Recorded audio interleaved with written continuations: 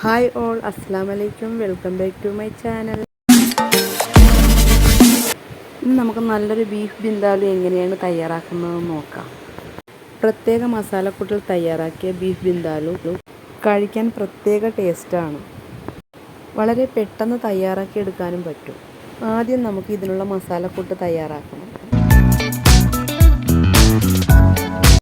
മിക്സിയുടെ ജാറിലേക്ക് 1/2 ടീസ്പൂൺ കടുക് ഇട്ട് കൊടുക്കുക. ഇതിൻ്റെ കൂടെ 2 പട്ട, 2-3 ഗ്രാമ്പു, 2 ഏലക്കായും കൂടെ ചേർത്ത് കൊടുക്കുക.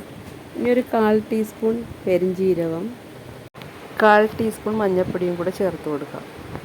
1 ടീസ്പൂൺ മുളക് പൊടി, ഒരു കഷ്ണം ഇഞ്ചി, 5 അല്ലി വെളുത്തുള്ളിയും കൂടെ ചേർത്ത് കൊടുക്കുക.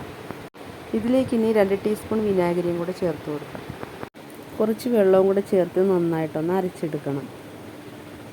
ഇതിപ്പോൾ ഇവിടെ നന്നായിട്ട് അരച്ചെടുത്തിട്ടുണ്ട്. ഇതുപോലെ അരച്ചെടുക്കണം. ഇനി നമുക്ക് നന്നായി കഴുകി വൃത്തിയാക്കിയ ബീഫ് ഒരു പാത്രത്തിലേക്ക് ഇട്ട് കൊടുക്കാം. ഒരു 250 ഗ്രാം ഇറച്ചിയാണ് ഞാനിവിടെ എടുത്തിരിക്കുന്നത്. ഇതിലേക്ക് നമ്മൾ നേരത്തെ അരച്ച് വെച്ച മസാലക്കൂട്ട് ഇതിലേക്ക് ചേർത്ത് കൊടുക്കുക. ഇനി ഇതിലേക്ക് ചേർക്കേണ്ടത് ചെറുതായി അരിഞ്ഞു വെച്ച സവാള ഇതിലേക്ക് ഇട്ട് കൊടുക്കാം. ഇതിൻ്റെ കൂടെ കുറച്ച് വേപ്പിലയും കൂടെ ഇട്ട് കൊടുക്കാം. ആവശ്യത്തിന് ഉപ്പും 1 ടീസ്പൂൺ എണ്ണയും കൂടെ ഒഴിച്ചതിന് ശേഷം നന്നായിട്ടൊന്ന് മിക്സ് ചെയ്യാം. നന്നായി മിക്സ് ചെയ്തതിന് ശേഷം ഒരു 15 മിനിറ്റ് റെസ്റ്റ് ചെയ്യാൻ വെക്കാം. 15 മിനിറ്റ് ശേഷം ഞാനിവിടെ ഒരു ചീനച്ചട്ടി അടുപ്പിൽ വെച്ചിട്ടുണ്ട്. ഇതിലേക്ക് നമ്മൾ നേരത്തെ തയ്യാറാക്കി വെച്ച ബീഫ് ഇതിലേക്ക് ഇട്ട് കൊടുക്കാം. കുറച്ച് വെള്ളവും കൂടെ ഒഴിച്ച് ഒന്ന് നന്നായിട്ടൊന്ന് മിക്സ് ചെയ്യാം.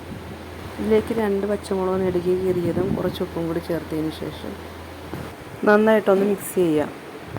ഇതിന് മൂടി വെച്ച് നന്നായിട്ടൊന്ന് വേവിക്കാം. ഇപ്പോൾ ഇത് നന്നായി തിളച്ച് വന്നിട്ടുണ്ട്.